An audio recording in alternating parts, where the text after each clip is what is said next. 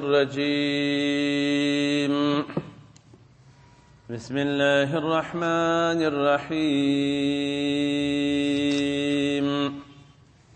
والمرسلات عرفا فالعاصفات عصفا والناشرات نشرا فالفارقات فرقا فالملقيات ذكرا عذرا أو نذرا إنما توعدون لواقع صدق الله العلي العظيم. سورة المرسلات دا سورة مبارک چه دی دا مکی دی په مکه شریفه کې نازل شوی دی. دا سورة مبارک 50 آیات لري او تسمیه د دې په سورة المرسلات سره چې شوې ده چې الله جل وعلا په ابتدا کې دا لفظ د مرسلات عرفا فرمایلی دی او قسم یې فرمایلی دی په دغو بادو یا ملوک سره. نو ځکه ټول سورت په سورة المرسلات سره مسما شوی دی او دا سورت مبارک د سورة همزه وروسته نازل شوی دی. 180 کلمې لري او 816 حرف پکښې موجود دي او د دې سورت مبارک نزول په مکه شریفه کې په مینا کې شوی دی. مینا د مکې شریفې څخه یو څو د 50 څخه د 10 کیلومتره شاوخوا دغونه قدر لري ده. غرونه دي پخوا خو نه بیخي ډېر غرونه اوس یې غرونه کښلي دي سړکان یې پکښې جوړ کړي دي. شیطانان هم د دې په مینا کې دي. مسجد خیف هم د دې په مینا کې دي. نو تفسیر منیر ملا صاحب په فضیلت کې د دې سورت مبارک راخستی دی چې امام بخاری و مسلم دواړو را نقل کړی دی. راوی عبدالله بن مسعود رضی الله تعالی عنه دی. دی مبارک وایي عبدالله بن مسعود وایي موږ د رسول اکرم صلی الله علیه و آله وسلم سره په یو غار کې د مینا ناستو. په ګرمي ده نو خامخا په دا غره کې غارونه شته چې ښه مثال لکه نغمونه چې د دې موږ تاسې په دا بعضې غرو کې شته. په دې کې نبي علیه السلام مبارک تشریف درلودی. دغه سورت د والمرسلات مبارک نازل شو. وروسته نبی علیه السلام مبارک دا سورت موږ ته وایه راته تلاوت وایه. موږ غوږ نیولی و او ما حفظ کاوه چې زه دغه سورت د نبي علیه السلام مبارک د پاکې خولې څخه په یاد کړم. خو د نبي علیه و ان فاه لرطب بها د نبي علیه السلام مبارک چې دا تلاوت موږ ته کوي د ده خوله مبارکه په دې تلاوت باندې لنده وه. په دې وخت کې یو مار را باندې راایله مار پیدا شو. په دې نو هر سړی داسې نو کې سره وهم کوي. نو نبي علیه السلام مبارک ول مړې کوي. خو موږ شابکي کول هر یوه چې اوس یې وولو مړې کړو. خو مار ډېر چالاک و رسه ولاړ. نو نبي علیه السلام مبارک وفرمایله وایي دی ستاسې د شر څخه په امان شو ویې ساتي خپل ځان لکه تاسو چې د ده د شر څخه په امان شولاست. تاسې هم نه وخوړلاست او دی هم دسې ولاړې خپل ځای ته ځان ورسوي. نو دا هغه علامه او هغه صحنه پیښه شوې وه په دغه غار کې د مینا. دغه سورت مبارک هم نازل شوی و. عبدالله بن مسعود رضی الله عنه حاضر و. نو دغه مار یې نښانه ده. او نور صحابه مبارکانو څخه داسې روایتونه راغلي دي چې نبي علیه السلام مبارک به د ماښام په لمانځه کې سورة المرسلات شریف وایه.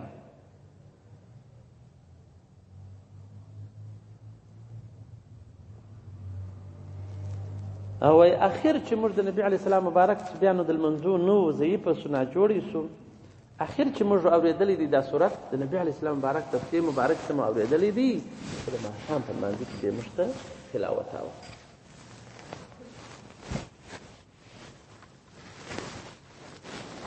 بسم بسم الله الرحمن الرحيم والصلاة والسلام على رسول الله صلى الله عليه وآله وسلم والمرسلات عرفا.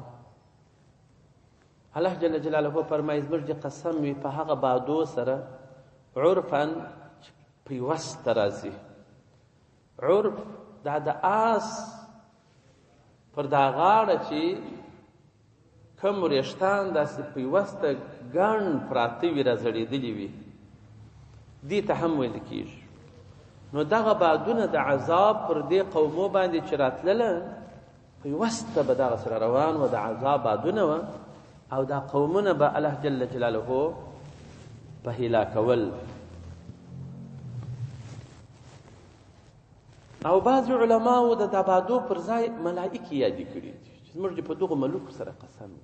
خو تفاسیر دي ډېر تفسیرونه راغلي دي، خو دا کلمې و الفاظ په خپله نو کې ګران دي.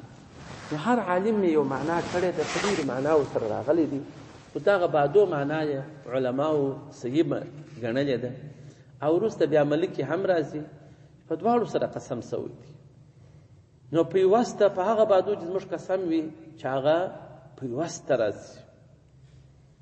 فالعاصفات عصفا، زموږ د قسم یې عاصفات هغه تیز باد، عصفن په تیزش سره چې ډېر شدید باد راوال بځي چې پر هر شي راسي هغه په هوا کې ټپه ټپرېږي. خدای پاک وایي زموږ په دغه باد سره قسم وي. والناشرات نشرا، زموږ په هغه بادو سره قسم وي چې دوی پاشونکي دي د باران، څنګه چې د الله جل وعلا امر ورته وسي هغو نه اندازه اوبه جلا کېږي، ورېځې جلا کوي دا باد، او بیا پر هغه ځای ته رسوي الله جل جلاله په امر دا باد چې د خدای پاک حکم ورته صادر سوی. نو دا ورېځې و بارانونه نشر کوي، تقسیموي، پاشي پر دې مخلوق باندې. زموږ په هغه بادو سره قسم. دا بادونه رقم ستا، داسې بادونه ستا چې دا ورېځې څه وموښتي او ورېځ خپله اوبه شروع شي باندې اوبه خدای پاک څنګه رانازلې کړي پر قوم باندې. فالفارقات فرقا، زموږ د قسم وي په هغه آیاتو سره د قرآن چې دوی فرق راولي په منځ کې د حق او د باطل، چې دغه آیاتونه فرق راولي په منځ کې د حلال او د حرام. یا زموږ په هغه ملوکو سره قسم وي چې دوی دغه آیاتونه د قرآن راوړي او دا آیاتونه د قرآن بیا فرق راولي په منځ کې د حق او د باطل. خو دغه معنا یې مشهوره ده چې زموږ د قسم وي په آیاتو سره د قرآن عظیم چې هغه فرق په منځ کې د حق او د باطل راولي. خو دغه معنا د ملوکو چې ده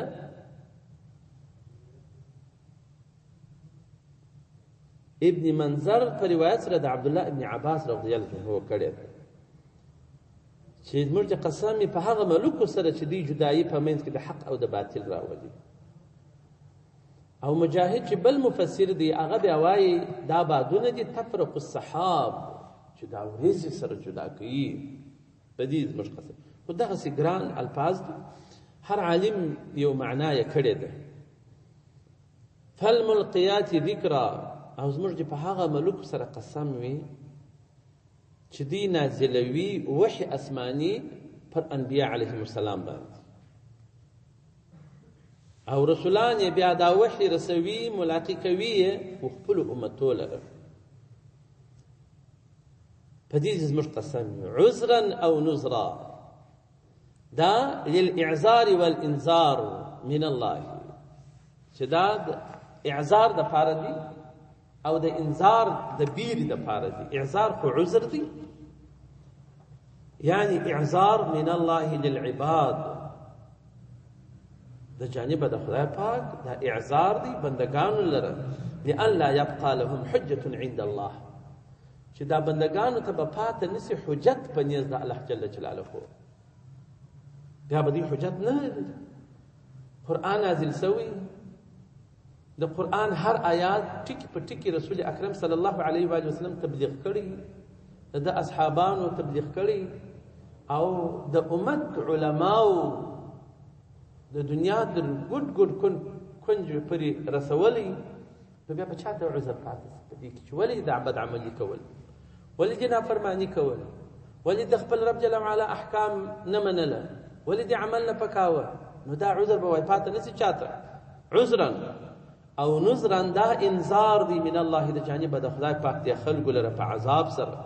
کچیر دی ایمان رانه و، کچیر دی اطاعت د خدای او رسول ونکي، کچیر دی ورځ د قیامت ونه مني، کچیر دی د الله جل وعلا پر وحدانیت باندې بل عقیده کلکه ونه ساتي. نو دا انذار دی، دا آیاتونه د قرآن.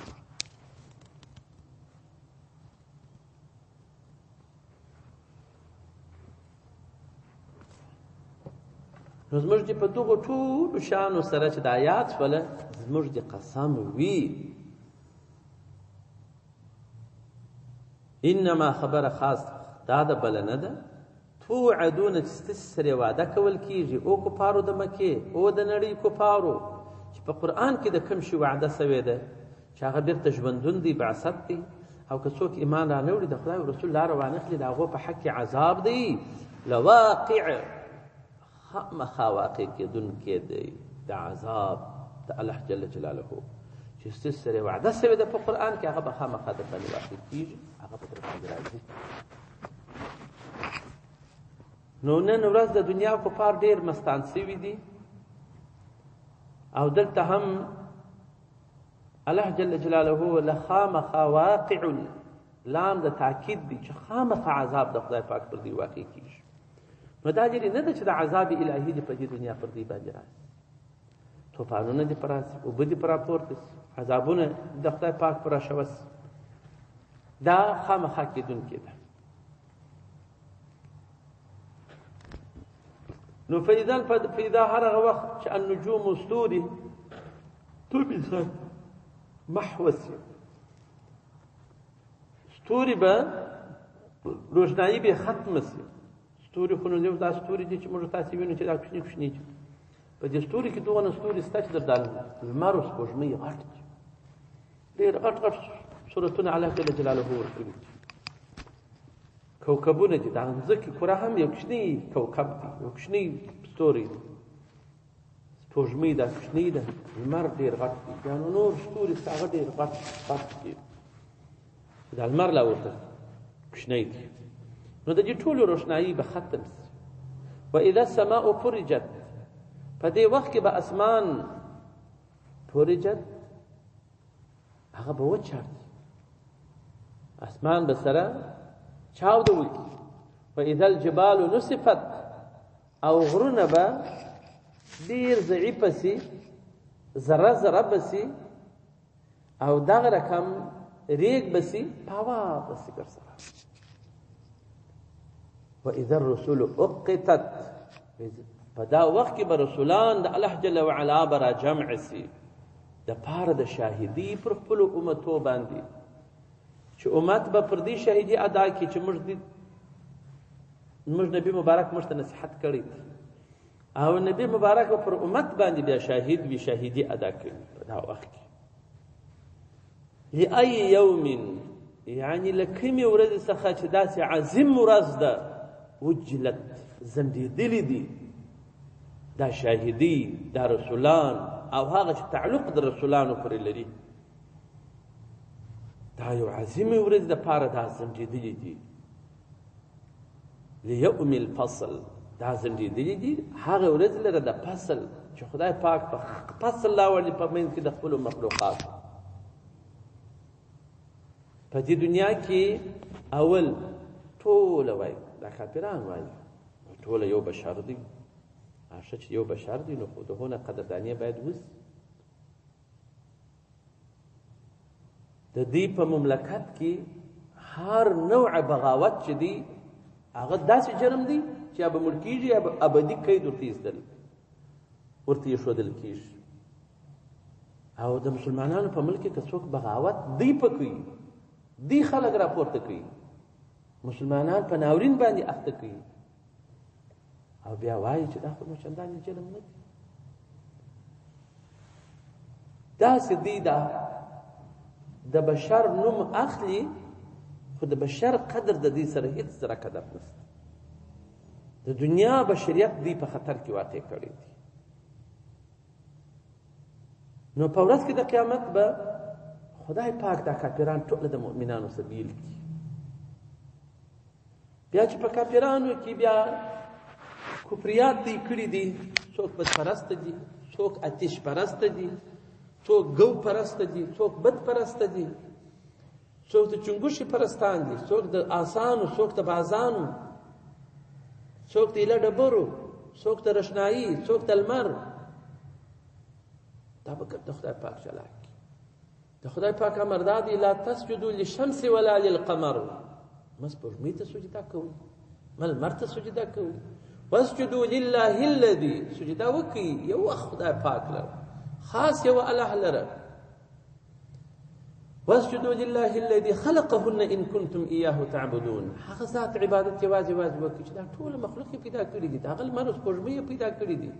چیرې تاسو یو خدای پاک سره عبادت کوونکي یاست، نو د یو خدای پاک عبادت وکړئ، غیر د خدای پاک سره بل چا عبادت مه کوئ. خو دې دا آیاتونه ټول شاته غورځولي، الهي احکام یې شاته غورځولي. نو خدای پاک به د مسلمانانو د ډلې څخه کافران جدا کړي. بیا چې په مسلمانانو کې کم ګمراهان دي،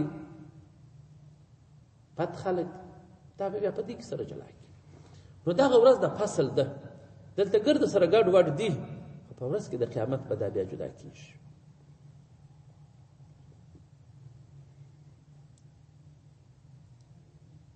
بې مذهبه خلک په موږ پورې مښتي دي په دې دنیا کې، داسې جلا کېږي هم نه، او خپله بې مذهبي په مسلمانانو کې خپروي، بې اتفاقي اختلافات دا راپکښې خپروي. بعضې د بریاولیت په نامه سره دین د مذهبه څه وتلي دي، بعضې د وهابیت او سلفیت او تجبریت په نامه سره داسې نور ډېرې ډلې په دې دنیا کې پاتې نه راسه جلا کېږي، راسه جلا کېږي هم نه، ردونه هم راباندې کوي. نو دا به الله جل وعلا بیا جلا کړي. قاتلان، زانیان، شرابیان، د یتیم مال خوړونکي، ظالمان، ظلمونه چې کوي، دا به ګرد الله جل جلاله سره جلا کړي. او توبه فرمایي وامتاز اليوم ایها المجرمون، جلا سئ نن ورځ او مجرمان، مسلمانانو د ډلې څخه ایست، د صالحینو د ډلې څخه ایست لرې سئ. نو دغه ورځ چې د الله جل جلاله فرمایي دا خو زندېدلي دي، هغه شان چې تعلق در نبي پورې لري، یوم الفصل، هغه ورځ لره د فصل. وما ادراک چی شپو کړی یې کته چې ما چیشته یوم الفصل، ورځ د فصل د جدایي. داسې ورځ ده چې ویل عذاب دی یومئذ په دغه ورځ کې للمکذبین، مکذبینو درواغجنانو لره چې دوی درواغ وایي.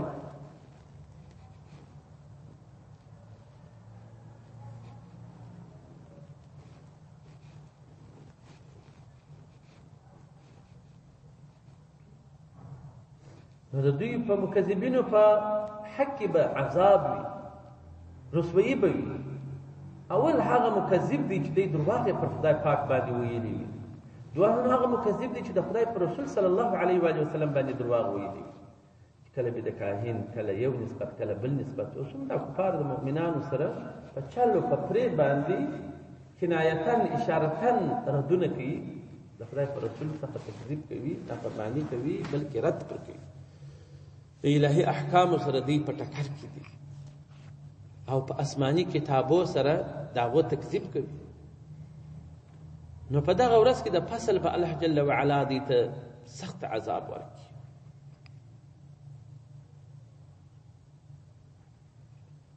نو هر مکذب لره به وایي الله جل جلاله عذاب ورکړي، ما سوا د دې درواغو څخه چې د تللي دي، خو نور کارونه یې هم کړي دي. نو عظیم عذاب خدای پاک دغه خلکو ته ورکوي، دغه مکذبینو ته چې خدای پاک ته شریک نیسي، دا درواغ وایي په خدای پاک باندې، وایي دا خدای پاک شریک دی.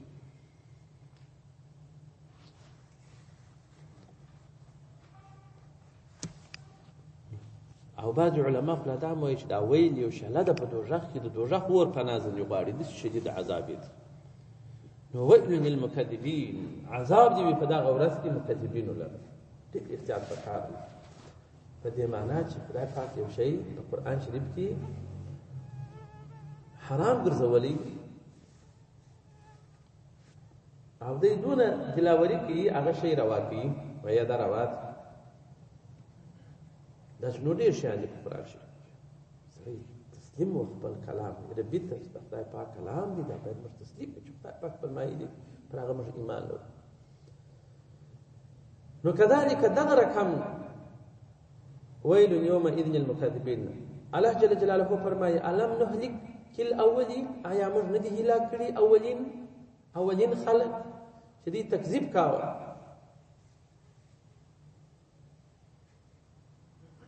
اولین امتونه د نوح علیه السلام څخه نو دا خو خدای پاک هلاک کړي دي په قسم عذابو سره. ثم وروسته نتبع موږ تابع کړي دي هم د دې الاخرین وروستني خلق وروستني امتونه مو هم پسې هلاک کړي دي لکه کفار د مکې چې د بدر په ورځ الله جل جلاله هلاک کړه دا هم پسې ورتابع شو. نو كذلك دغسې قسم چې خدای پاک هلاک کړل عذاب یې ورکړي برباد یې کړل اولین امتونه نفعل موږ پیل کوو عذاب ورکوو هلاکوو هلاکت راولو بالمجرمین په مجرمینو سره. یعنی هغه مجرمین چې په آینده کې د رسول اکرم صلی الله علیه و وسلم په قول نه کوي پر خدای پاک باندې ابتراوي وایي جرمونه کوي تر دغه وخت خو مکې د کفار د مکې هم هلاک شول. نو دغه خلک چې د ورځې پر د قیامت بیا راځي د خدای د رسول صلی الله علیه و وسلم تکذیب کوي پر الله جل جلاله باندې افترا او درواغان وایي خدای پاک وایي دا به هم د رقم مش پسې ورتابي دغه رقم پیل به وکړو په مجرمینو سره چې هر جرم دی په مقابل کې د خدای او رسول کوي خلاص بنس. نو ویل سخت عذاب دی وي هغه شلت عذاب دی وي یومئذ په دغه ورځ کې د قیامت کې مکذبین لرجی تکذیب کوي د خدای او رسول. الم نخلقکم آیا ما ناس پیدا کړی آیا موږ ناس پیدا کړی نخلقکم تاسې من ماء د اوبو څخه مهین چې هغه ډېرې ضعیفه اوبه دي د ضعیفو اوبو څخه موږ ناس پیدا کړي بلکې خو پیدا کړي مو نو هر انسان چې فکر ووایي نو الله جل جلاله د پیدایش د یو ضعیفو اوبو څخه کړي دي. نو دغه حالات خو دې ته ټولو ته معلوم دي چې الله جل جلاله د څونه حقیر شي څخه پیدا کړي دي.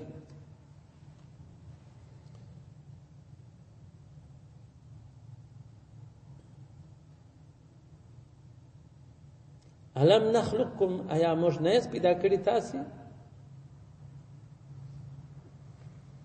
نو دغه چې خدای پاک دې ګوره د دې حقیر شي څخه پیدا کړي دا عظیم انعام د الله جل جلاله دی پر دې باندې چې دې د عدم څخه وجود ته راوستلی دي سره د دې چې دې یو ډېر ضعیفه اوبه وي چې هغه نطفه ده یا مني فجعلناه بیا موږ وګرځوی هدی په قرار مکین په یو قرارګاه کې چې ډېر ساتل سوی ځای دی چې هغه هم د خپل مور دی په دې کې الله جل جلاله دې ګرځولې او پرورش دې ورکړي الی قدر معلوم تر یو اندازې معلوم سوی پرې چې هغه وخت د ولادت دی د چا دا شپږ میاشتې اقل مده د حمل ده غټه نو در هر څو پرې وي چې بیا د مور په نس کې د 3.5 کالو پرې هم کوچنیانو وخت تېر کړی دی.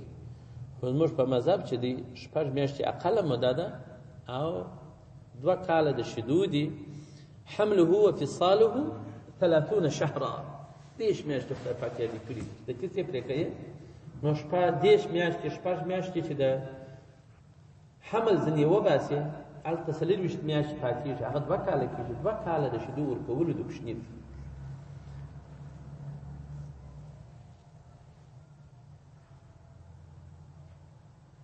و د قدر معلومه پر دی پر وخت پر د ولادت د مور په نس کې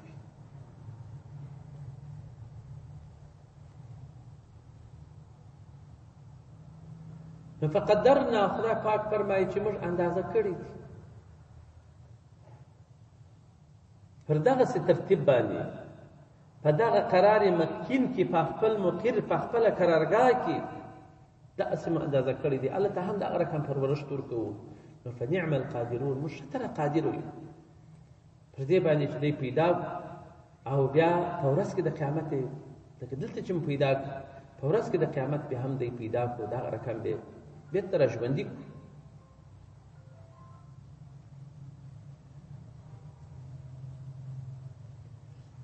وويل من عذاب دي يومئذ فد اورت للمكذبين درواغ جنان ولا رجب خدا ورسول بان درواغ ألم نجعل الأرض كفاتا ألم نجعل أيامر ندقر زوجة الأرض مزكا كفاتا معنا زميدة چې شپاسي هر انسان خپل کور ته ځي ورې زمیږي د مزکه زموي الله تزاور کوي دی بدوي په خو نظر خانه با مرزه کی د مزکه زمیدون کې دستا تا زمي خپل ځان ته احیاء و امواتا که ژوندۍ هم پر دې سر د مزکه ګرځي تا چې زم کړي و خپل ځان او کمرسي هم د قبر په شو کوي هغه مزکه استعزایي قبر هغه لحد هغه ځای کې به ته یې او جعلنا فيها رواسي شامخات او موږ ګرځولي دي په دې مځکه کې غرونه شامخات لوړ لوړ جګ جګ څونه درنې ډبرې دي او څونه ډیر غرونه دي څونه جګ جګ دي څونه وزندار دي دا الله جل وعلا ګرځولي دي دا ثوابت دي دا میخونه د مځکې دي او اسقینا خدای پاک وايي موږ بکړی اس کوم تاسو ما ان فراتا په اوبو خوږو سره دا اوبو خوږې څونه ستر نعمت دی د دې نعمت قدردانی پکار ده موږ پر خلکو چې اوبه ډیرې سي ابارنو ادب جدیر وي لو ولي اوبه په خوا پاکي وي دا ټول رښتیان په خوا پاکي وي زموږ خلکو چټلې پکښې مینځي چټلې ورغورځي لو ولې ته به دا چټلې ورغورځول اعلانونه به ورته کېدل چې مه کوئ دا خوا پاکي اوبه دا چټلې مه پکښې ورځي د کور دا مردار لښتیان به پر لو والا رایله کړي وي یا پر هغه واله کې د لو ولې سره لسوي د زموږ پر شا پر خوا باندې په دې کې به خپل خراب لښتیان ورله کوي دا مه کوئ کولی نه کوئ آیا په نعمت سړی چټلې ګډي او دا څونه نعمت دی چې دا دی دا اوس که سالي ده دا د اطراف خلک پاران وایي موږ کلونو پارې کښلي دي په دې مځکو باغو تاکانو په درختو باندې پورونه مو ورته کړي دي او هغه مواد مو ورته رانیولي دي چې د دې پرورش پکېږي چې هغه کوډ دا شان دي اوس اوبه عادیات دی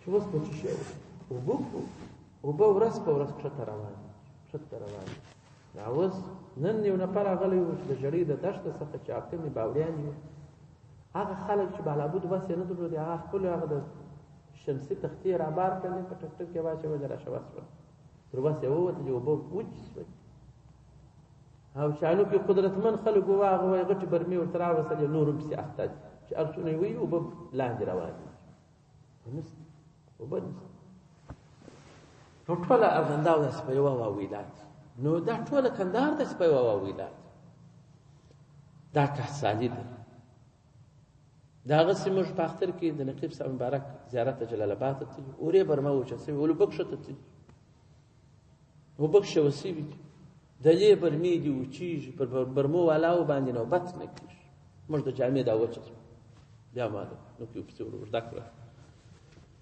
نو الله جل وعلا دې دا خوږې اوبه نه نیستي کوي خو دا علامه د نیستیوالي د کښتوالي دا علامه د رحمت نه ده دا د عذاب ده نو خدای پاک فرمایي چې موږ تاسې اوبه کړي یاست په اوبو خوږو سره واسقیناکم ماء فراتا عذبا خوږې اوبو سره موږ تاسې اوبه کړي یاست څنګه خوند کوي چې دا شره یخ بوتل پر سر پورته کړي او تږي یا په دې ګرمي کې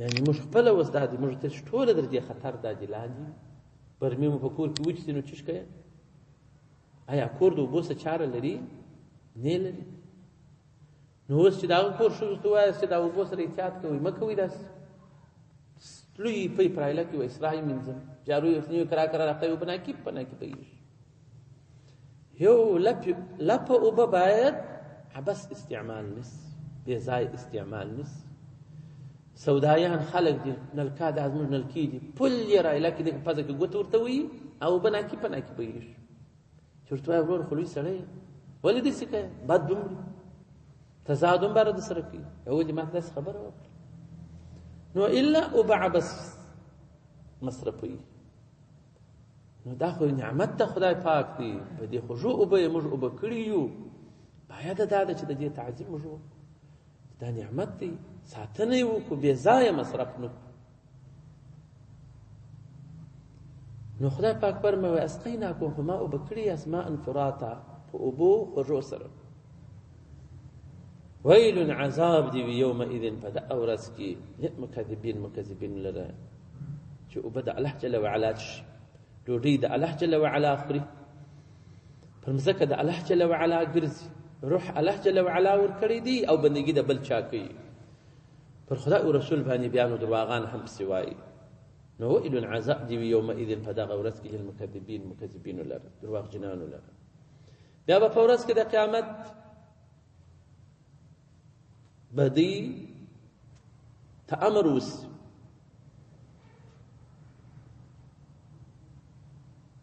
چې په دنیا کې تاسو ته انبیاء علیهم السلام دا فرمایلی و چې د خدای پاک عذابونه در باندې راځي د خدای په عذاب به گرفتار سي مکوي خدای او رسول درواغ ما وایاست خو تفس په قول نه کول انت لقولار سي الى ما وهاغه كنتم تاسو واس به په هغه عذاب سره تکذبون تستكذب کاوه د نبی مبارک خبره مونږ منل درواغ مو پر ویل چې د ځانه مشتشان وایي نعوذ بالله نبی د خدای خو ټول انبیا معصومین بندگان د خدای پاک هغه د صغیری او کبیری ګناه څخه خدای پاک هغه د دې تبع جوړه کړی دا ګناه نه فاکي د پښنی او غټ ګناه څخه د دې په تبع کې ګناه نشته خدای پاک نه دی د دې په طبيعت کې ګناه نشته نو بیا رحمت للعالمین صلی الله علیه و آله وسلم بچونه بیا رښتینی نو دغه پاکو انسانانو ته دی نسبت د دروغ کوي چې عذاب نسته ورځ د قیامت نسته بیرته ژوندون نسته نو ولار سی واغه شته چې تاسو په دې عذاب سره تکذبون تکذیب کوي انت لقولار سی الى ظل وسایت چې دی خاوندی ثلاث شعب د درو شاخوي دا سخت ور به وی چې دا لوګي او دود به پورته کیږي دا دود بدون د ډیر سي چې درې شاخه به سي پر درو طرفو به وویشل سي خدا سي سایه به نوي لکه د جنتیانو چې سایه دي ته نعمت دی الته دی وساکي دی څخه به هغه تیزش د ور نه د پړکی داسې ور به داسې دود به لکه سایه به جوړه کړی وي خو هغه په ګرم سایه وي هیڅ سهولت او استراحت په دې ته نور کوي نو ولار سي هغه درې شعب ته هغه سایه ته چې درې شاخ لري پر درو شاخ باندې ده پر درو فريقو باندې ده او پر سر باندې به د کافرانو دغه دودونه او لوګي وي پر استه طرف پیوي پر چپت طرف پیوي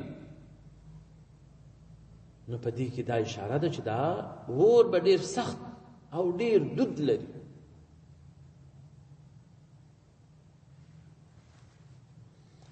او دا ورونه به ټول پر کافرانو شاو خره سرخېدلي وي چې هر طرف ته دې زی هغه په ور کې به دې گرفتار په ور کې به او دا دودونه ولګي به داسې دودونه به وي چې لا ظلیل داسې به نه وي لکه هغه سایه د دې دنیا د جنت چې سړی سایه ته سینو د ګرمۍ څخه په امان کې سینو کې استراحت واخلي لا ظلیل داسې سایه به نه وي سایه د استراحت بلکې دا هغه دود به هم د دې دپاره عذاب وي اولا یغني دا دود به دفع نسی کولی من اللهب دا هغه لمبو څخه د دوژخ د اور چې دا لوګي نو پر دې سر دی سایه یې کړې ده نو دا اور به نو نه په خام سي یا دفع به نو کې د لمبو څخه ان په تحقیق سره ها دا اور چې دی ترمی دا به غورځېدل کوي بشررین په بسر کې اکشنی اور چې بلکې ټک چې دا اکشنی بسر کې نه دي دا د اور چې موږ تاسې دا کوچني کوچني بصرکې ورته وایو د دې اور چې الله جل وعلا یې دغو مکذبینو کافرانو ته اماده کړی دی دغه بصرکې دی کالقصر لکه یو جګه بنا چې چا جوړه کړې وي غټه کولټۍ و قصر و بلډینګ چا جوړ کړی یو دوبۍ کې دي که قطر کې دي چې څوک یو مړ سوی و دونه لوی قصر یې جوړ کړی و جګ دغسې ختلی و هلته د ده قبر ورته جوړ کړی و یو کوچنی قبر دی مړ سوی و قبر یې دونه کې ځای نیولی و قصر یې خورا غټ نو دغسې دا بصرکې بیا لکه لوی قصر دغونه وي او دغه رقم که انه ګواکې هو دغه بصرکې به جمالتون صفر لکه هغه اوښان تور دا تور وای دی دا جمالتون اوښان صفرون ژړ یعنې دا تک تور اوښان به وي ځینو کې ژړ په ګډ دا بصرکې دی پر دغسې رقم اندازه باندې لکه قصر لو کوټۍ دغونه بصرکې وي د دې دوږه د دې لمبو او یا لکه تور اوښ چې ژړوالی په ګډ وي داسې به غورځي د دا اوره څخه دا بیا بصرکې وي نو ویل سخت عذاب دی وي یومئذ په دغه ورځ کې للمکذبین درواغجنانو لره چې د خدای او پر خدای او رسول باندې درواغ وایي هذا دغه ورځ د قیامت یوم ورځ د لا ینطقون دی به خبرې نشي کولی په هېڅ شي سره نو چې شو وایي او لا یؤذن لهم دې ته به اجازه نه کول کېږي فیعتذرون چې دی عذر پیش کړي چې عذر ووایي دا اجازه به هم نه لري د عذر ځای خو دا دنیا راځه خپل خدای پاک ته عذر وکړه سر ورته پر سجده کوه خدای پاکه بیا نه کوم عذر دې قبلیږي توبه دې قبلیږي پښیماني دې قبلیږي نو هغه ځای خو بیا د عذر نه دی او نه اجازه د عذر د تور کول کېږي بیا نو ویل سخت عذاب دی یومئذ په دغه ورځ کې للمکذبین درواغجنانو لره هذا دغه ورځ د قیامت یوم الفصل دا ورځ د فصل ده چې جمعناکم موږ جمع کړي یاست تاسې نو موږ پاینده کې جمع کېږو یعنی الله جل وعلا دا یقیني ده چې موږ را جمع کوي پر یوه ډاګ پر یوه میداني او په هغه ورځ کې چې هغه ورځ د فصل ده چې کفار او مؤمنان به سره بیلیږي او فیصلې به واقع کېږي د جانبه د الله جل وعلا د هر چا ترمنځ په دې دنیا کې اوس موږ مؤمنان یو پر ورځ د قیامت ایمان لرو هم که موږ ته یو حرام مال په لاس راځي یو بل ظلم کوو بله کوو نو موږ سره بیا ورځ ته چې حساب و کتاب را سره کېږي د فصل ورځ د فصل کېږي تا د یو چا سره ناکي کړی ده نن ورځ زورور یې خو د رب جل وعلا په دربار کې بیا دا نشته چې دا زورور دی دا کمزوری دی ټول بندگان علی السویه دي او په ډیر عدل سره د هر چا سره محاسبه کول کېږي د دوه مخاصمینو په منځ کې د عدل فیصله کول کېږي که چې ذره قدر ظلم پر یو چا کړی وو د هغه جواب وایه ویونکي به ظلم دی اوس خلک ظلم وکړي خپل ظلم ته د عدل پوښ راغلي ما خو د سره عدل کړی یو څوک اغلا کوي د بل مسلمان مال په ناحقه خوري ما خو بیداري کړې د دغونه پیسې مې کټلې د څونه بیداره سړی بیداري یې بولي د ځان لپاره خو هلته به حضور کې د رب جل وعلا دا نشته هلته د عدل فیصلې او د دوه مخاصمینو په منځ کې په حق فیصله کېږي هر مقتول به خپل سر په لاس کې وي خدای پاک تا په ما ته ژوند راکړی دې نه و راکړی د ولې د زما ژوند واخیست زه خو مسلمان نه وم نو دغه ورځ د فصل کې خدای پاک وایي جمعناکم موږ به تاسو را جمع کوو امت د نبي علیه السلام مبارکه والاولین هغه اولیني امتونه دا به هم درته پر دا یوه ډاکې ده را جمع سي بیا به محاسبه ورسره وکول سي نو کافران په دې دنیا فریبونه کوي ظلمونه کوي پر مسلمانانو باندې او بیا حلیو فلمیو دا رقم چمونه بیا جوړوي په یوه نامه په بل نامه ډلې راته جوړوي وایي دا ډلې ستاسې پر ضد هغه دی راته فعاله کوي وایي دا ستاسې پر ضد دا مو وژني دی هغه ته پرورش ورکوي بېرته وایي دا کیدونه چمونه وایي نه مکرو منه تزول الجبال د میکرو څخه د کافرانو غرونه ځایېږي داسې میکرونه را سره کوي د ډېرو مسلمانانو سر وسونه په خلاصېږي چې کفار یو مخ پرېب دی چم دی هر عمل هغه بنا پر یو کید پر یو چم باندې وي نو دا خو د چمو زامن شول، د کیدو زامن شول کفار ټول. نو د جانبه د خدای پاک په ورځ کې د قیامت ورته ویل کېږي فإن کان لکم کید، او کفارو، او بدو خلکو، او چمګرو انسانانو، که یو حیله او یو کید چم فریب په وسه پردی په کیدون ونیسي هغه وکړي چې د دې عذاب ځان په خلاص. په دنیا کې خو دا موږ ته خطر دی، بس تا مملکت ګرځوي په اور کې ولمبوي، باید دا موږ ته خطر دی. نو ته چې سل په سل کې موږ ته خطر یې، موږ ولې غږ نه کوو؟ او داسې بانی و انی و کیدونه و جمونه دا ګرده ده. خدای پاک عالم او خبردار، موږ خلک نه په خبرېږو، علما په خبر دي د دې په جمو باندې. چې په قرآن څوک خبر وي هغه د دې په جمو باندې خبر دی، هر عمل د دې په چم باندې دی، باید سړی ورته ویښ وي. نو الله جل وعلا وایي تاسو په دنیا کې خورا حیلهګر خلک واست، خورا چمونه مو کول د دې ما د مخلوق سره. نو که نن ورځ هم تاسو له یو حیله وایي کید در پاته وي په کیدون ونیسي هغه وکړي، د دې عذاب ځان په خلاص کړي، نیسي بیا کولی. نو ویل سخت عذاب دی یومئذ په دغه ورځ کې د مکذبینو لره. الله جل وعلا دې مو د هر قسم درواغو څخه وساتي، او خصوصا چې څوک به درواغ پر خدای او رسول وایي د دې بیخي خدای پاک وساتي. او الله جل وعلا دې مو د دوزخ د اورو، د دې د بسرکو، د لوګیو، د دودو، د ورو لمبو څخه دې خدای پاک وساتي. او الله جل وعلا دې په خپل رحمت سره جنت ته داخل کړي. وما علينا الا البلاغ المبين. الحمد لله رب العالمين والعاقبة للمتقين والصلاة والسلام على الله الرحمن الرحيم.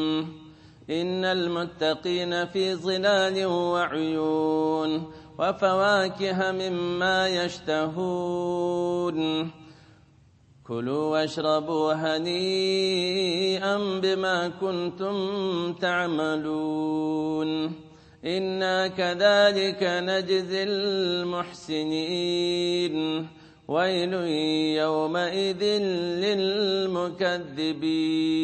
للمكذبين. صدق الله العلي العظيم.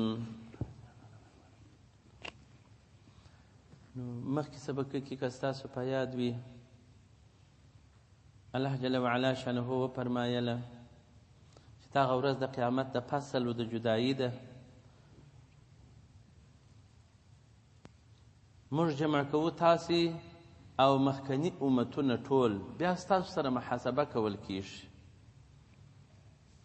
نو بیا کافرانو ته وویل سي که چیرې تاسو حیله او چم لرئ ویې کوي، آیا دا تاسو ته ګټه کوي؟ خو نه کوي، ځکه حیلهګر مکرجم خلک چې دي هغه کفار دي په دنیا کې. نو په دې وجه باندې دې ته ویل کیږي. نو ویل عذاب دی وي په دغه ورځ کې مکذبینو لره. ان المتقین، په تحقیق سره متقیان خلق چې دي، فی ظلال وعیون، هغه متقیان خلق چې دي د شرک څخه یو مخ ځان صفا ساتلی وي، د ګناو څخه ځان صفا ساتي. هغه په دې معنی یو انبیاء علیهم السلام ته ګناه صفاک دي، موږ په ګناوي لرو، خو بیرته خدای پاک ته توبه باسي، استغفار د خدای پاک څخه غواړي، پر ځان باندې ګناه نه پرېږدي. نو دی به فی ظلال، یعنی لاندې در ګڼو درختو به وي، په سایو کې به وي په دې جنت کې، او نه به دې ته ګرمي رسېږي نه به لمر وي، خو بیا یو مخ دا استراحت دی. دا سایې هم داسې سایې نه دي لکه د دې دنیا، سایې دي خو یو مخ د خوند سایې دي، سړي ته خوند ورکوي. او عیون، چینی دي، ولی دي، بهیږي په اوبو سره، دی ګټې پر اخلي، خوندونه پر اخلي. او فواکه مما یشتهون، میوې دي د هر هغه شي څخه چې د دې اشتها ورته کیږي.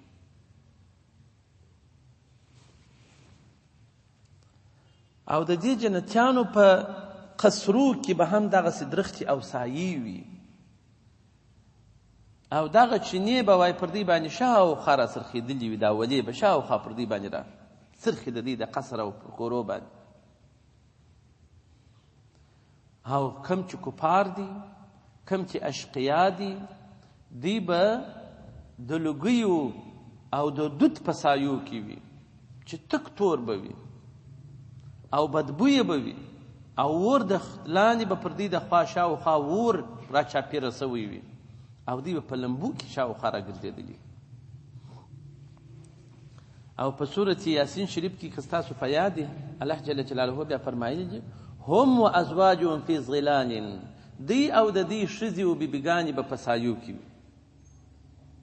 اوس موږ ته خو په دې دنیا کې دا کافران خورا پایکشي کوي، ښځې را دغه کړي، د امریکا باچا یې ښځې ورسره یې فخر په کوي دا زه ښځه لرم، بازارو کې ګرځي، دور یې وزغلی، پارکو ته یې زغلی، خورا ساتیرۍ راته په کوي. خو الله جل وعلا به په جنت کې مؤمنان په قصرو، باغو، ولو، نعمتو کې به دوی خپلې کوروالاوې بیبیګانې به وي، هلته به د ارمانونه بیا پوره کوي. نو زموږ د مؤمنانو نعمتونه دا ټوله خدای پاک موږ ته په جنت کې اماده کړي دي. نو موږ د خپل د مسلمانانو خوندو مندو ته وایو تاسو تلوار مه کوئ، د آخرت نعمتونه د لې مسل به وي، دلته لس مخ مه ګرځئ، دلته سرتور سر مه ګرځئ، دلته بې ستري مه کوئ. او دا یو حکم الهي دی، ستر او حجاب، یو سیاسي انګیزه مه ځینې جوړوئ. څنګه موږ د خدای پاک بندګان یو، هغه موږ ته فرمایلی دي چې ستر او حجاب وکړي. تاسو بې ستري مه کوئ، تاسو بې حجابي مه کوئ، تاسو خپل مخونه مه لڅوئ، تاسو خپل عورت و زینت مه لڅوئ، ولا تبدین زینتهن، خپل زینت مه ښکاره کوئ الا لبعولتهن، خپل مړو لره ښکاره کړئ. نو زموږ ستاسې هغه عامې منظرې چې په بازارو کې به وي، په پارکو کې به وي، په باغو کې به وي، په قصرو کې به وي، دا په جنت کې الله جل وعلا مشترک کړي دي. د دې دنیا په کفارو مه خطا کېږئ، دا څو ورځې چې دوی دغسې چمونه کوي، ښځې راباسي، بې ستره کوي، بې حجابه کوي، هر چا ته دا خوند ورکوي چې کشکې زما سره هم داسې یو ښځه ګرځېدلی، هر ښځې دا خوند کوي چې زما سره هم خپل میړه داسې په بازار کې ګرځېدلی. خو زموږ ستاسې دغه بازار منظرې و، ساتیرۍ و، نعمتونه دا ټوله په آخرت کې دي. نو ځکه خدای پاک په سورة یاسین شریف کې فرمایي هم و ازواجهم فی ظلال، دی او د دې بیبیګانې به ټوله په سایو کې وي، علی الارائک متکئون، هلته به پر دغه سایو کې پلنګونه وي، داسې ښایسته پلنګونه او کټونه به وي چې سترګې به نه پرونیږي، خاص به لال و مرجانونه و سره زر سپین زر چې پر کټ به دي. دلته یو غټ امیل یو ښځه لري، ټولو ته خوند ورکوي چې پلانکۍ څنګه ښځه لري، دا فخر کوي. هلته به چپرکټ د سرو زرو وي، هلته به بالشتان دا به د ورېښمو څخه وي، او رقم رقم غالۍ، قسم قسم رنګونه، ډېرې پستې ښایسته. متکئین علی فروش بطائنها من استبرق، ابلاک پڼ ورېښم، دا به افستر وي یوازې، دوی به پر دې پرشو پر دې غالیانو باندې بې تکیې کړي وي، دا به د دوی ځایونه وي. او فواکه مما یشتهون، الله جل جلاله دغه متقیانو لره میوې ورکوي هغه چې د دوی اشتها ورته کېږي، چې دوی یې طلب کوي. نو څنګه چې دوی یې طلب کوي چې کاشکې دا میوه خوړلې وای، وجدو بس به پیدا کړي، دستي به هغه ورته راورسېږي، او بیا دا ټول نعمتونه دوی ته راجمع سي. دی نو پکې ورکړي چې اوس کوم یو شروپه وکړم د جانبه د الله جل وعلا پر ژبه د ملوکو هغه پیرداران و مسئولین د جنت هغه د خوا ورته وویل سي کلو خوراک کوئ او متقیانو خلکو، واشربو څښل کوئ هنیئا ښه عزمه کوونکي، چې تاسو یې ښه عزمه کوئ چې نه مو په ستوني کې تاسو ته که مشکل جوړوي، نه مو په نس کې که مشکل جوړوي. دغه ښایسته شان خورئ، دا نعمتونه خورئ، په دې قصرو کې ګزاره کوئ، پر دې پلنګو تکیه کوئ، دغه مو بیبیګانې دي، دا ولی دي، دا مخپل باغونه دي، دا خوراک کوئ، څښاک کوئ په ښه هضمه سره. بما کنتم تعملون، په سبب سره د دې چې تاسو په دنیا کې ښه عملونه کول، منځونه مو کول، وظیفې مو کول، ذکرونه مو کول، ځان مو په عفت کې ساتئ، ستر و حجاب مو کاوه، ناروايو مو نه کولې، ګناهیو مو نه کولې، د هر بد فعله څخه چې نافرماني به پکښې وه تاسې ځانونه لرې کول. نو تاسو دا عمل وکړئ په دنیا کې، اوس نو دا نعمتونه منوشي جان سه.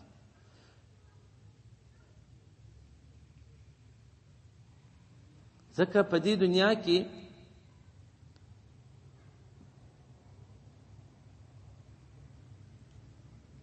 موږ مکلف یو، موږ مکلف یو چې د خپل رب جل وعلا عبادت او بندگی وکړو.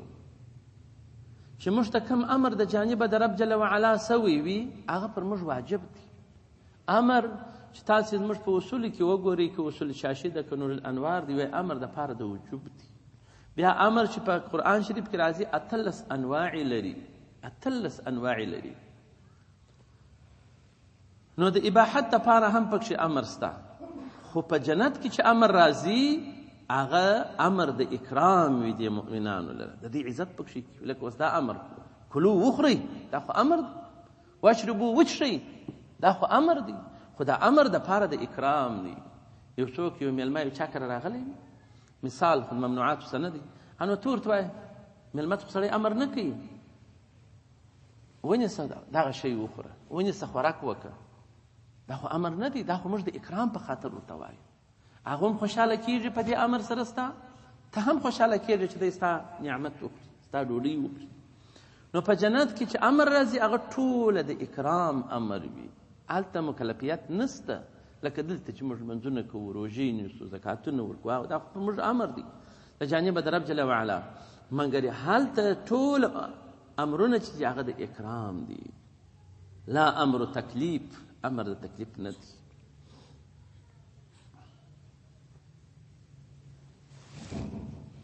نو انا مشتی خدای پاک فرمایي کذالک دغه رقم لکه متقیانو ته چې مدونه جنتونه و نعمتونه ورکړي دي، نجزي موږ جزا ورکو المحسنین و نیکوکارانو لره. داغه جزا داغه نعمتونه په جنت کې لمن احسن العمل، هغه چا لره دي چې د ښایسته کړي خپل عمل. او ومثل ذلك الجزاء العظیم، په مثل د دغه جزای عظیمې چې خدای پاک دوه متقیانو ته ورکړې ده. نجزي المحسنین فی اعمالهم، خدای پاک محسنینو ته چې دوی اعمال کوي هم د رقم الله جل جلاله ورکوي. ځکه فلا نضيع لهم اجرا، خدای پاک وایي چې متقیان خلق دي که محسنین خلق دي چې نیکی کوي، موږ نه ضایع کوو دوی لره اجر و مزدوري د دوی. او دغه رقم په سورة کهف 10 نمبر آیات کې هم راځي، خدای پاک جل وعلا فرمایي انا موږ چې لا نضيع موږ نه ضایع کوو اجر مزدوري من د هغه چا احسن عملا چې ښایسته کړي وي خپل عمل. نو څوک چې عمل ښایسته کوي د الله جل وعلا له طرفه د هغه خواري زارت رکی چې په دې دنیا په لار کې د رب جل وعلا کړي وي هغه نه ضایع کیږي، هغه الله جل جلاله درته ورکوي. نو ځکه د متقیانو او محسنینو مقامات چې دي هغه ډېر ښایسته مقامات دي. نو باید هر مسلمان د متقیانو په صف کې ځان راولي. یو حالات راځي پر دې دنیا باندې، امتحان الهي راځي، مګر ګټه د چا ده؟ په دې ټولو کې د متقیانو خلکو ده. هر څونه څوک متقي و د دې دنیا د چارو چټلیو، شهواتو، نارواو، نادرسته کارو سه ځان وساتي، دا سړی کامیاب شو، په جنت کې رتبه لري. او په دې دنیا کې کرغېړن اعمال به ډېر مخته درځي، خو ښایسته عملونه هم په دې بغلو کې سته. نو د یو مسلمان چې نیک عملونه مختاره کوي د کرغېړن اعمالو څخه ځان ژغوري، دا محسن بله کېږي. د الله جل جلاله په دربار کې د محسنینو اجر ستا چې لا نضيع نه ضایع کېږي. ویل یومئذ للمکذبین، عذاب رسوایی دی وي په ورځ کې د قیامت چې څوک دروغجن وي، پر خدای او رسول درواغ وایي.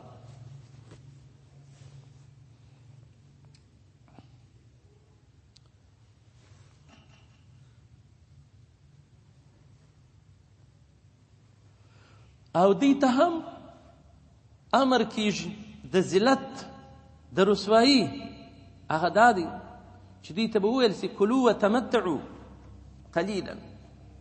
په دې دنیا کې او کافرانو او بدو خلکو، یعنی بد خلک هغه چې د کفارو پر پلو باندې روان وي، هغه سي ژوند کوي لکه کفار چې کوي. دی خپل ځان چې زه مسلمان یم په هیڅ شي کې د هغه څخه نه جدا کوي. کافر هم ژر خوري، دی هم خوري. کافر هم لمونځ نه کوي، دی هم لمونځ نه کوي. کافر هم هر سود هر ناروا کوي، دی هم هر ناروا کوي. کافر چې کومه خبرې کوي، دی هم هغه څه خبرې راته کوي. نو بیا د ده د کافر نو بیا څه فرق؟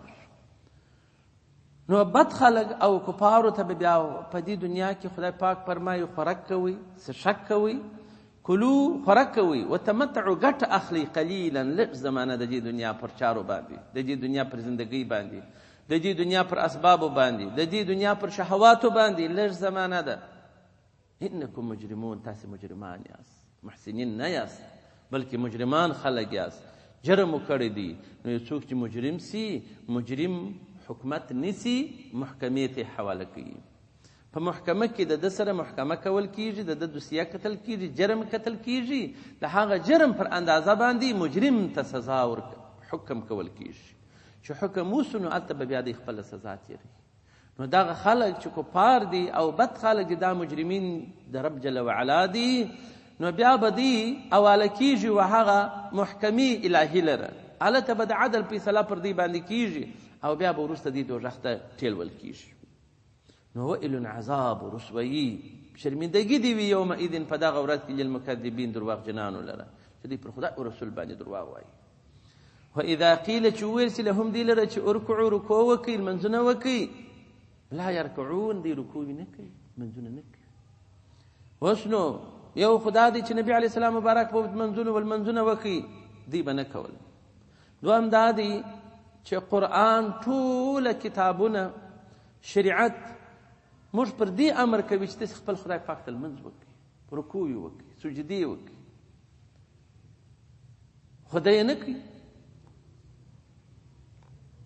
او بل دا دی چې هر مسجد کې مؤذن د مسلمانانو هغه خلک ته نارې وي چې راسئ رکوع وکړئ، راسئ لمونځ وکړئ، دی لمانځه ته نه لمونځ نه کوي. په هر محل کې مسلمانان دي دغه سره کم جوړ سوي دي، هېڅ د جماعت لمانځه سره تعلق نه ساتي. دا چې دلته دونه تر صوفیانو جندارو بېدینه خلک جوړ دي، یعنې ټول افغانستان ښیوم، دا په نور دنیا کې څه حال وي. یو نفر دی زموږ د ماما زوی کېږي، د ده دا پکوړي و، دا خوراکي، دا څه شی بولي بورګي و، دا رقم رقم شان جلبۍ و، دا مټایي، دا یې زده دي. پاکستان کې زده کړي دي، دلې دکانداري کوي. نو بیا د افغانستان په یو زموږ د کندهار څخه نه دورې مخ پر قبله یو بل ولایت کې یو دکان خلاص کړي. نو وړ مې ورځ راته ناست وم، په دا فرض روژه کې داسې روژې خوړلې ته به حیران ورته تللی وای، غټ غټ خلک هم وایي موږ چې کندهار ژوند ته وکتله او هغه خلکو ته مې وکتله، اره موږ ول بېشکه الحمدلله چې په کندهار کې بیا هم شکر دی. څنګه ټوله کوچني کوچني هلکان روژې نیسي، سپین ږیري خلک روژې نیسي، سپین سران یې نیسي، چې یو دونه نه کوي، ناجوړي ورپېښه سوي نه وي، پر شلو ملایان وګرځي چې ایا زه دا روژه وخورم که نه خورم. او دوی دونه ظالمان خلک، ځوانان وایي په سل کې نیمه فیصد روژې خوړلې. وایي دلته خو ګرمي ده، وایي نه کېږي. نو دغسې دوی بېباکه وي د دې عبادتو لمنځو سره. دا یو الهي امتحان دی. موږ ستاسې یو ملګری و بل ځای دی، هغه هم داسې سپین ږیری دی، مریض دی. په دا روژه کې وایي چې روژه ونیسه، هغه شکر مې بیخي د سویه لوړه سي، او ډاکټران هم ورته وایي چې مې نیسه، بل هم و زه څه وکړم. نو مال شرعن خو جواز دی درته، جایزه ده درته چې ته دونه په عذابېږې، د مرګ خطره دي وي، بلکل ماته که دا روژه دي. مګر په اختر کې په خبر سوم یوه نه ده ماته کړې. داسې د عبادت سره دی خوند پر اخلي، سره د تکلیفه، سره د ناجوړیه. نو ګوره چې دا سپین ږیري خلک چې زموږ ستاسې او هم ناجوړي دي، هم ډاکټر جواز ورکړي چې ویې خوره، او پر هغه سربیره دی روژې نیولي. نو اوس ځوان ته به بیا کوم عذر پاتې چې دی روژې نه نیسي. نورو ولایاتو کې بعضې ولایتونه اذانونه کېږي، منځو ته ډېر کم راځي، خلک ډېر کمزوري راځي، منځونه نه کوي ډېر. حتی موږ خپله مزار ته تللي وو، خو په دا زیارت کې لمونځونه مو ورې کوله. ماخوستان به بس 10-30 نفره په دا لویه جامه کې به ولاړ وو، چې هغه به موږ پکښې معلومېدلو لاندې. هغه به هم یو سلس پرې دا مېلمانه وه، یو 2 سلسه نو د هغه ځای خلک. او د هرات جامع بیا ښه خلک دي، هغه بیا ډکه ډکه وي، هغه بیا ښه جماعت کوي. دا لویه جامه کې ډېر مخلوق وي. نو د هر چا بس خپل ښه و بد دي. یو مؤذن یو داعي دا دی چې مؤذن اذان کوي، دی اذان اوري لمانځه ته نه حاضرېږي. در دې آیات مبارک لاندې دی چې وإذا قیل لهم، چې وویل چې ارکعوا رکوع وکړئ راسئ لمانځه ته، لا یرکعون، دوی لمنځونه نه کوي. نو ویل عذاب دی یومئذ په دغه ورځ کې للمکذبین، درواغجنانو لره، پر خدای او رسول باندې دی درواغان وایي.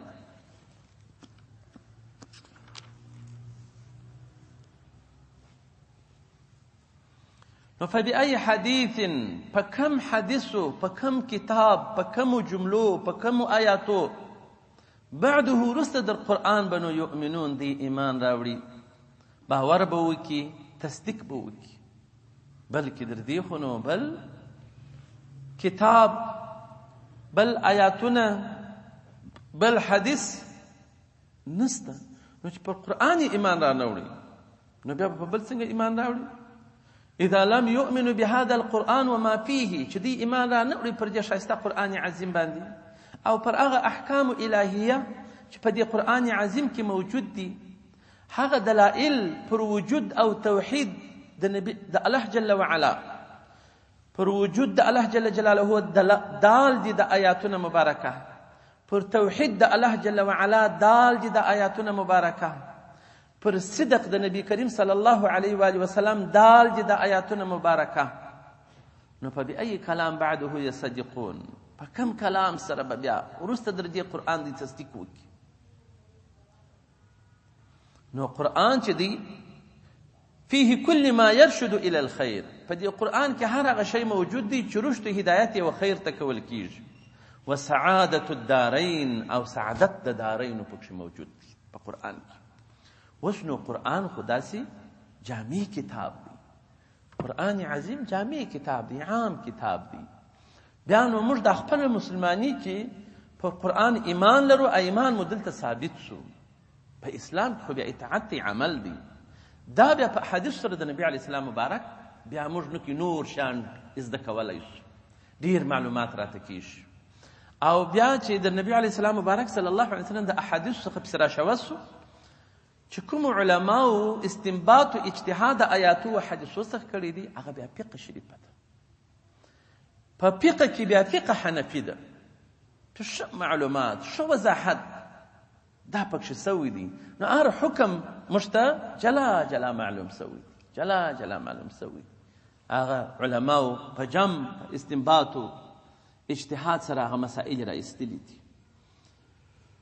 نو دغه شان چې دي زموږ فقه شریفه حنفي فقه دا ټوله استنباط د آیاتو د حدیث څخه. هر سړي خو په آیاتو بیا سر نه خلاصېږي، چې عالم نه وي. هر سړي خو په احادیث سر نه خلاصېږي، چې عالم نه وي. چې دا حدیث مبارک آیات شریف سړی زور زوري پیښې غلط کړي، هم ګناهکاره کېږي. ولې داسې خدای پاک نه دي فرمایلي؟ او که چیرې معنا غلطه کې دا هم غلط شو، تاسو د خدای پاک داسې نه دي فرمایلي. په حدیثو کې چې ته وایې، حدیث شریف ته وایې چې دا زور زیر دي غلط کړلو، دا رقم خو نبي علیه السلام مبارک نه دي ویلي، سړی ګناهکاره کېږي. او چې معنا یې پسې ورغلطه کې، دا رقم هم نبي علیه السلام مبارک نه دي ویلي، هم سړی په خرابېږي. نو که چا په خپله رایه د خپله ځانه پر نبي علیه السلام مبارک باندې قول وکړي، فلیتبوأ مقعده من النار، نو دی چې شوسي و خپل ځای ته مقعد ته د اور جوړ شوسي. نو دغسې قرآن چې دی جامع کتاب دی، سعادت د دارینو پکښې کې دي. زموږ ټوله دین او شریعت د دې قرآن څخه جوړ دی.